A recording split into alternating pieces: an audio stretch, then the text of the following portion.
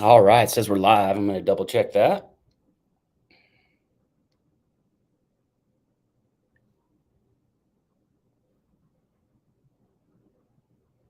Hey, there we are. All right.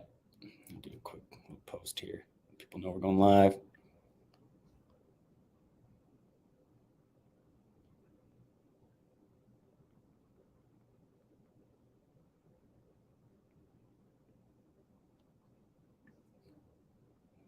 All right. We got one viewer here. Thank you for tuning in. Wish I could see who it was. All right. All right. Well, welcome everybody. It's Coach Jerry here with Biohacking Truth. And today we're going to talk about using your personality type to dominate life. A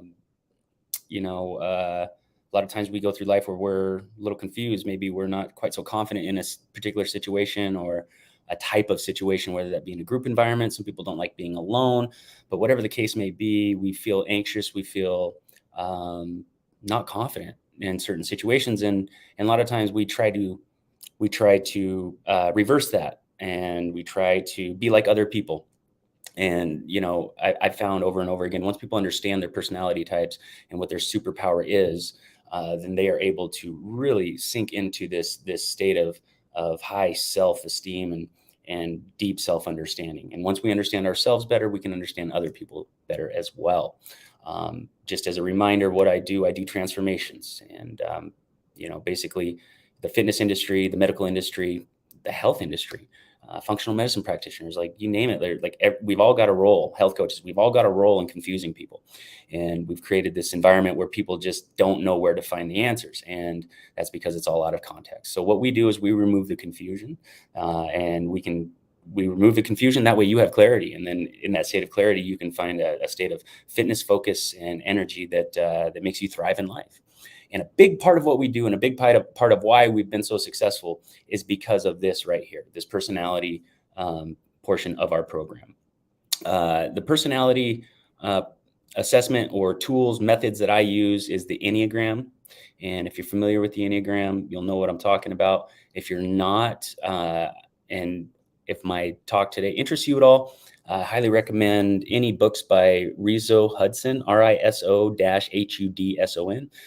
They're two doctors. I believe they're psychologists, but they really popularized the Enneagram system here in America. And their books are phenomenal, absolutely phenomenal. They're very easy to digest. You don't have to have some sort of doctorate or PhD to fully understand the concepts and apply them to yourself right away. Great thing about personality work is there's no diagnosis, there's no medication. If you're at a state where you think you might have, like an extreme situation that you're not sure you can get yourself out of, and you need some help, well, obviously you might need something a little bit more than a personality management program. But for 99.9% of us, that's not the case. So again, Enneagram. Just a brief overview of what the Enneagram is. So Enneagram is a dialectic system that uses numbers to determine what your base personality type is. And that's through an assessment process, questionnaires. And basically there's 9 base personality types in the Enneagram system. And they all have their different, what we call core motivations.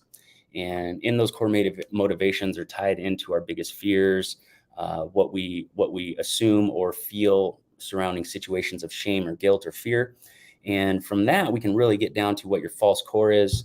And what your false core is basically that thing that lies underneath your self-image. It's like this deep underlying belief that we have about ourselves, and we might not even be aware of it. In fact, most people aren't aware of it. And the effect this driver has on you is anything that makes you feel down in the dumps or completely worthless or completely deflated, you've likely triggered that false core. Now, everybody's got something different, whether it be I'm worthless, I'm unworthy, I'm inadequate, I'm unlovable, I'm unloved, I don't exist, I don't have any strength or power or control, whatever it is, right? And so the reason why that's important to understand that is because that affects all of our powerful emotions. And so just knowing that we have that thing, for me, it's feeling like weak or vulnerable or powerless. That's mine. And, if anytime I feel that, like stopped at a red light where the red light won't change, right? That is something that used to just like get me fired up. And I still battle that. I still battle that frustration. But you can dismantle that, you can trace it back, and you can really see it for what it is. But if you think about like how that can negatively affect you, now you think about all the times you feel elated, just on top of the world, powerful. Yes, everything is great. This is a perfect day. If you have one of those situations, then like you've quote unquote proven that false core wrong. Okay, so that's how it affects you in both ways. Now, if you're not aware that that is what's driving you, right, then you can overexpress and underexpress different aspects of yourself to avoid feeling what that false core makes you feel like. So that's a brief overview of it and how the false core affects you and how that it ties into the Enneagram system. So just to recap, there's 9 different personality types. They're base personality types, and they all have their core motivations, their biggest fears, and their assumptions that they make surrounding fear, shame, and guilt. So I guess the first thing I would open up with is just make sure that you take time in whatever way you care to do that. Like you can take that book recommendation, Personality Types by Rizo Hudson, and you can figure out what your base personality is and really get to understand that. But that is something that needs to happen first. All right. And then after that, you just need to be really cognizant that you don't try to be like other people because everybody is different. So just one example, you might have someone who has a base personality type of being a peacemaker, right? This peacemaker doesn't like confrontation. Maybe this peacemaker tends to detach from reality or see things, situations for things that aren't actually true, don't match reality, right? They'll idealize situations. Now, this person might be getting advice from someone who's completely the opposite, like a motivator type or a performer type, right? These are the types that are you see them all over social media, and the look at me types, right? So if you've got a look at me type or a performer type that is giving advice to a peacemaker type, it's going to make that peacemaker type really feel like, oh man, there's something wrong with me. I can't ever be like that. And that's because it's completely foreign to what they value most, their core motivations. And how often in life do we do that? Like, just think about that. How often do we go out and meet a friend for coffee or for a few drinks, and we sit there and we talk about our problems and we're trading advice back and forth. Maybe some of it resonates, some of it doesn't. But if we don't really know what our superpower is, if we don't really know our brand, right, our personal brand that we can give to the world, then we end up kind of following off our false core around and believing it, right? So if that 9 has a false core of being separate, not whole, right, not part of the tribe, right, and they're talking to someone who has a deep fear, core driver, surrounding feeling worthless in life. So that performer type, he's gonna or she's going to do everything they can to prove their worth in life, right? They're going to achieve. They're going to say, "Look what I accomplished." You might see them all over social media, and everything might look perfect at all times. This person's going to show up to every event with the right suit or the right outfit for the occasion, and they're always going to be dressed appropriately. Now, if you've got a peacemaker type that's getting advice from that type of person, they're going to feel separate. They're going to feel not whole, right? Because they're going to realize that's not me. And if that person that's talking to them is a little more convincing, a little more apparently confident in who they are, they're going to say, "Look, this is what I do and I feel great," right? So you can see like this dynamic in the self-help world can really lead things astray.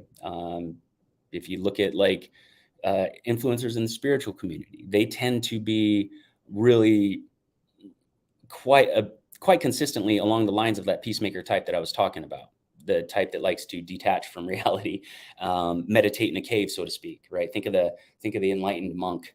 That's like a perfect example of that peacemaker type, and they're influencing all these people that don't know anything. So like someone like me that, when I first got into like studying meditation and yoga and qigong and that type of stuff, like I was really, really attracted to like what those peacemaker types had to say and had to offer.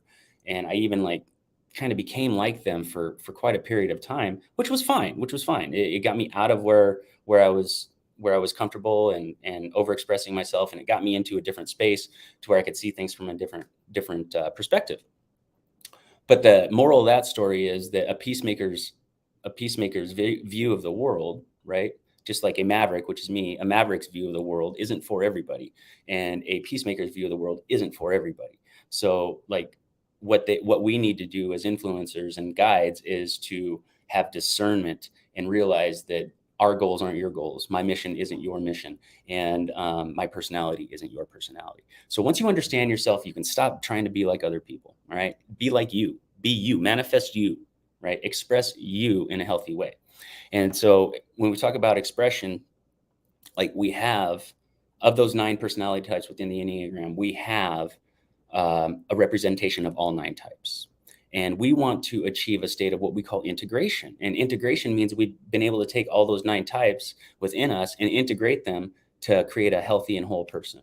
Okay. But typically what we do is we overexpress something that we're comfortable with, basically something within our base personality type or one of the personality types that are on our path to integration or disintegration. And that's a different live, that's a different topic, but that's something that you would be familiar with when you read that book. So over and under expression, when we think about that, it's basically just think about like anything that you have, any type of container, like the oil in your car, right? There's a minimum fill level, there's a maximum fill level. And so for each one of those aspects of our personality, there is a certain level that's healthy and a certain level that's unhealthy, right? Too low or too high. And typically what we do is we go to our base personality, and that's what we call overexpression. Okay. So for me, like anecdotally, in my past, like I've had this tendency to, and it's something I still battle to this day. Like I've had this tendency to get frustrated, to get angry, to let powerful emotions take over. I can be aggressive. I can be lacking in seeing the big picture sometimes. And so if I'm not aware of that, I can't feel it coming on. And if I can't feel it coming on, it's not going to slow down. And if it doesn't slow down, it's not going to stop. And if it doesn't stop, it's just going to grow and get bigger. And then that's where we find ourselves in these states where these perpetual, like long-term states of feeling like just shitty, right? Where we just like, man, I haven't felt good in a long time. And then we look at life and we interpret all these life's events as these things that just keep piling on us. But really what it is just you're in a situation, you're in a vibration at that moment that is not just attracting that stuff, but you're looking for that stuff. So if you've convinced yourself that the world's out to get you for a couple months, you're going to be looking for that stuff. And it doesn't matter like what your situation is currently. If you're looking for that, you can find it, right? Or conversely, if you don't think that, or you think everything's going great, you're going to fluff off some of that other stuff and just only see the good. So if we overexpress aspects of our personality, we can't be balanced. And if we don't know, like for instance, if we don't know that a part of our personality is to be structured and organized, and let's say we are a personality type that is big on experience, and fear of missing out is a huge thing for us. Maybe we start and stop a lot of projects, or what we call in my program, opening a lot of tabs. Like we open a lot of tabs and we don't ever get to finish what we were doing in that tab and never close it out. Like if you're that type of person, it's actually healthy for you not to be overly rigid, but you can't be overly aloof either, right? So there's got to be that discernment, minimum, maximum fill line. But if that person all of a sudden gets the vibe that they need to go into a more structured and rigid lifestyle, which they would be right? But that person might go all or nothing, right? Because that type of person does that. That's what we call the enthusiast. So the enthusiast just goes all in on something for a little bit and then leaves that tab open. So that person might get into a state of hyper rigidity, right? Scheduling everything out, measuring their food, timing their workouts, counting their calories, like checking their Oura ring like 3 times a day, like that type of stuff, because they want more discipline in their life.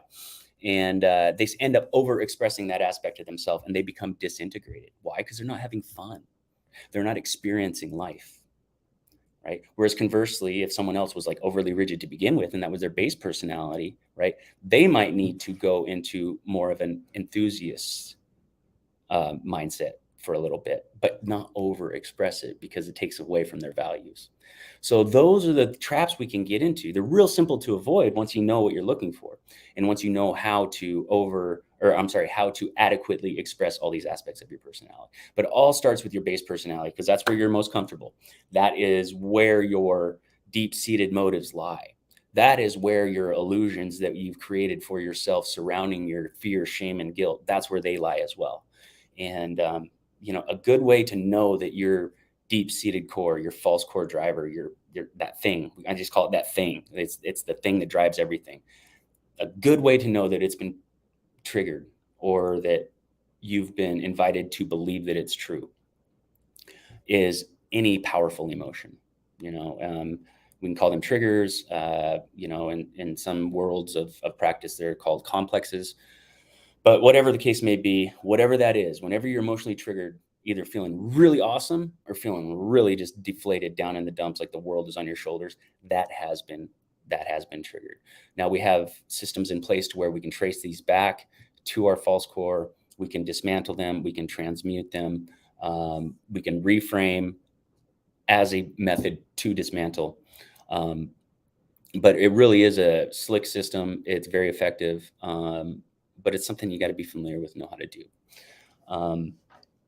So I talked a little bit about integration and disintegration. And just to recap on that, we want to strive for a state of integration. And again, integration is adequately expressing all aspects of our personality. Don't rely on one. Don't overexpress one or two or three, because that's where you're always comfortable.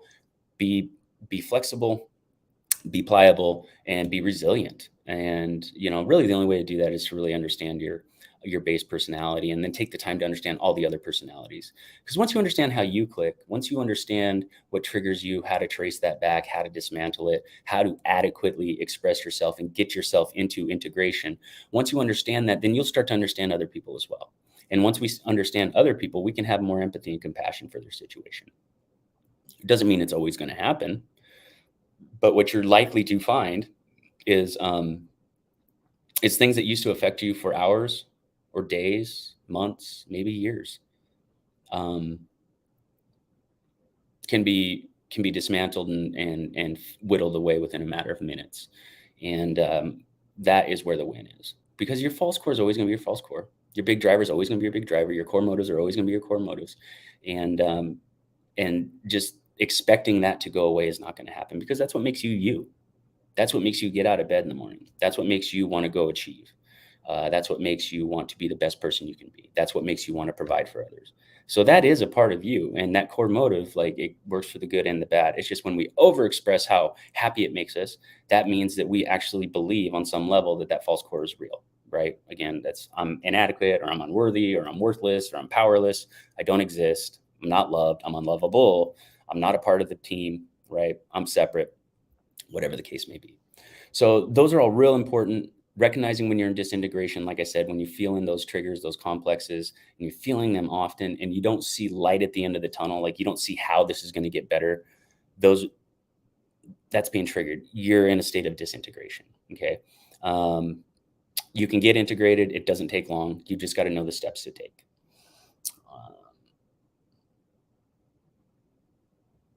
All right. So once you've got all that, you've got a firm understanding of who you are, what your base personality is, what parts of your personality you tend to over or under express. Then you can look at why. Why do I under express my organizational capacity? Or why do I under express my willingness to go try new things and have fun? Why do I under express putting myself out there? Right? Why am I afraid to speak on camera? That type of stuff. Once you understand where you're under expressing, then you understand what you're doing to compensate for that, which is your overexpression, which, if we don't understand that well enough, that can just turn into an explanation of, oh, that's just who I am, right? And that's all good if that's just who you are. But if it's actually costing you mental and emotional currency, if it's costing you your ability to do things in life that you would really like to do, well, then that's something that's in your way. That's something that's in your way, and you can remove it quite easily.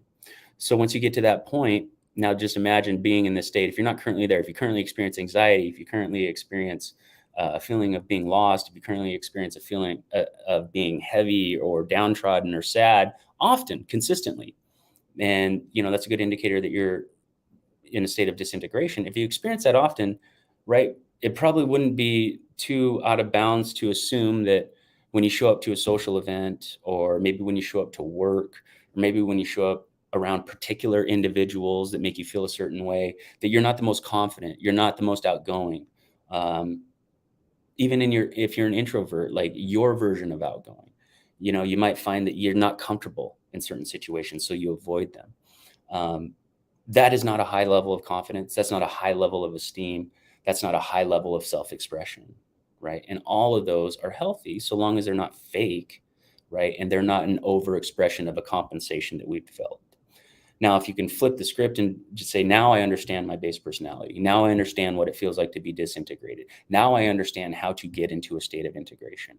Now I understand why Joe or Bob or Sarah or Danielle, why they respond to me the way they do. I must be doing something to trigger their false core or their feelings of shame, guilt, fear. And then I can look in there and go, what am I doing that's causing that? Right. That doesn't mean that they're integrated and there's something wrong with the way you're approaching them. You might be showing up just in a genuine way, and your confidence and your esteem makes other people uncomfortable. That's something that we just really have no control over. We can just be loving, and we can be accepting of them, and we can be compassionate of their situation and be available for them. But if you understand all that, and you can understand what makes other people tick and your influence on other people, and you're confident that when something makes you feel cruddy or triggers something within you, that you're going to commit to tracing that back and dismantling it and figuring it out. Imagine that state versus the previous one, the former one that we described, and how that person shows up to life's events. How does that person show up to their career? How does that person show up to social engagements?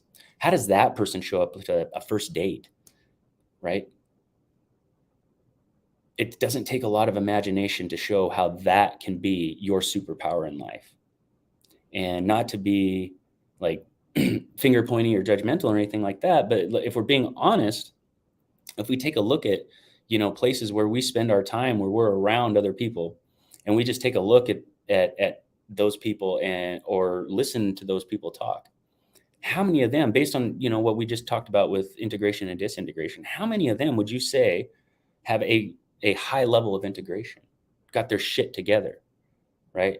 Now, these have got to be people you really know, because some people can fake it really well for short periods of time, bursts of time. But how many of them got it figured out? How many of them are confident in their place in life? How many of them are sure that their trajectory matches their big purpose in life, matches their values in life? How many of them are happy? How many of them have the face on the outside and the face on the inside matching? Right? And if you're not familiar with that term, the face on the inside is the one we can't hide. Right? So I can sit here and smile at you fake, but if it's not real, it's not real. You're not seeing it in my eyes, right? You're not seeing it in my entire face. You're not seeing it in my body language. So that's what I'm talking about. How many people have the face behind the smile behind the smile that's real? How many people can assertively say what they stand for in life? How many people can recite to you their top 3 values in life? How many people can tell you what their purpose is for themselves, their tribe, and how they want to impact the world? Now, that might sound pie in the sky, airy fairy, whatever, but honestly, we all should have a good handle on that, because even if your legacy goal for your impact on the world is just that you don't want to cause harm to other people, then you should be in touch with that. Doesn't mean that you got to have this grand vision of things. It doesn't mean that you got to have this mission to make $1 zillion or be world famous, because you're probably not, that type 3, which is the showman, the performer, the motivator, right? But if you're an introverted type, if you're an introverted feeling, sensing type, right, which is more along the Myers-Briggs aspect. But if you're that type, right, you might have a mission in life to just be a positive influence on everybody you come across and to not cause any harm to anyone else. And that is just fine. That is just fine. But having a handle on that stuff, your mission in life, your values, and who you are and how you express yourself makes you confident. Why? Because nobody can tell you what you stand for. Nobody can tell you what you should do. Nobody can tell you how you should feel about something. Or they can, right? And if you're integrated, you'll listen and you'll thank them for the input, and you'll take what's valuable and leave the rest. And that's the power. And that's how we can use our personality as our superpower, right? Just by knowing that about yourself, having that level of understanding about yourself, and putting in that bit of work, tracing back what makes us feel emotionally charged, good or bad, dismantling that, reframing that to a way that we can transmute that to something else. Okay. If you're a reframer, Like, go deeper. Reframing is not enough. Reframing is a compensation. Reframing is a band-aid to stop the bleeding, but we need to go and figure out what's causing the bleeding. I'm just checking my phone here. See, hey, Victoria, thanks. I can't see my comments on this stream, so I'm looking. Victoria Grace, you guys see her comment in the comments there. If you don't follow her or you're not friends with her on Facebook, I'm not here to tell you what to do, but you're missing out. She's an awesome person.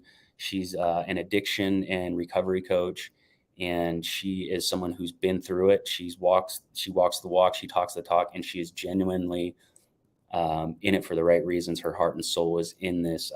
I've had many hours talking to Victoria, and she is the real deal. She's legit. She's got a lot to offer. So if you're in the self-help game or interested in bettering your life, get in touch with Victoria. She's got a Facebook group. It's awesome. I think it's called Rehabilitation Station.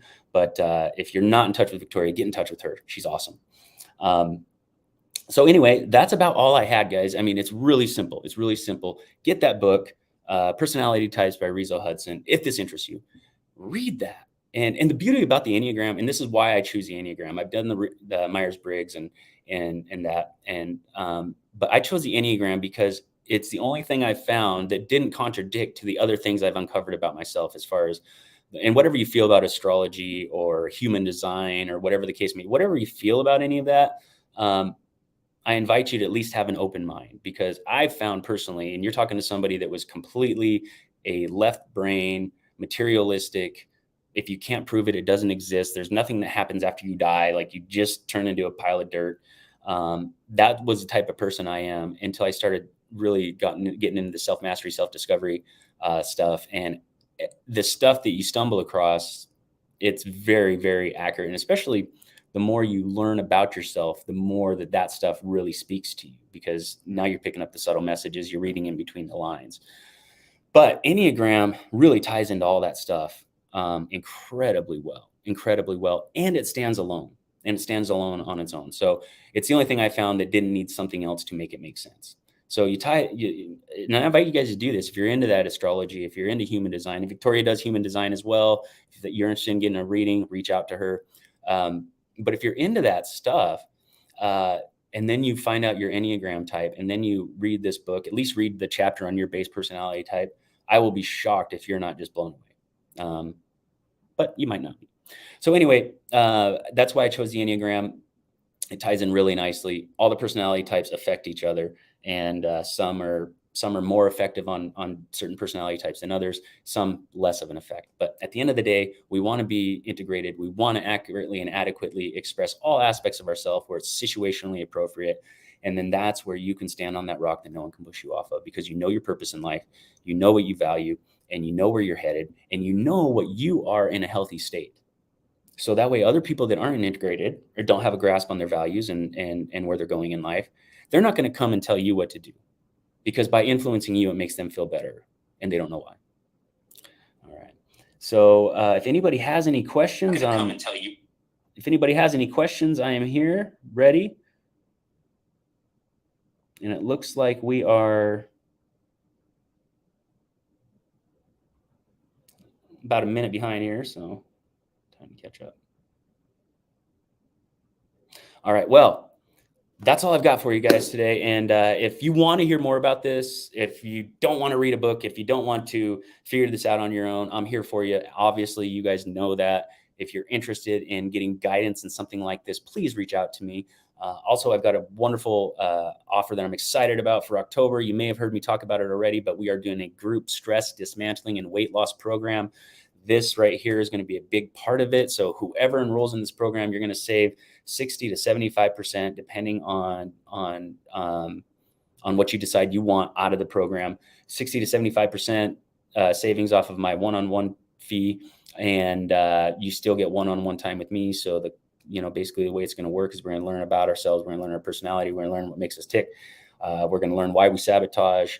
We're going to form healthy lifestyle habits. We're going to form our purpose and our values. And from there, we're just going to learn how to live in alignment and how to integrate ourselves individually, personally, We're not going to show you how to be like this type or that type or whatever. We're going to say, this is what makes you the healthiest. This is what's going to make you optimize and you the healthiest.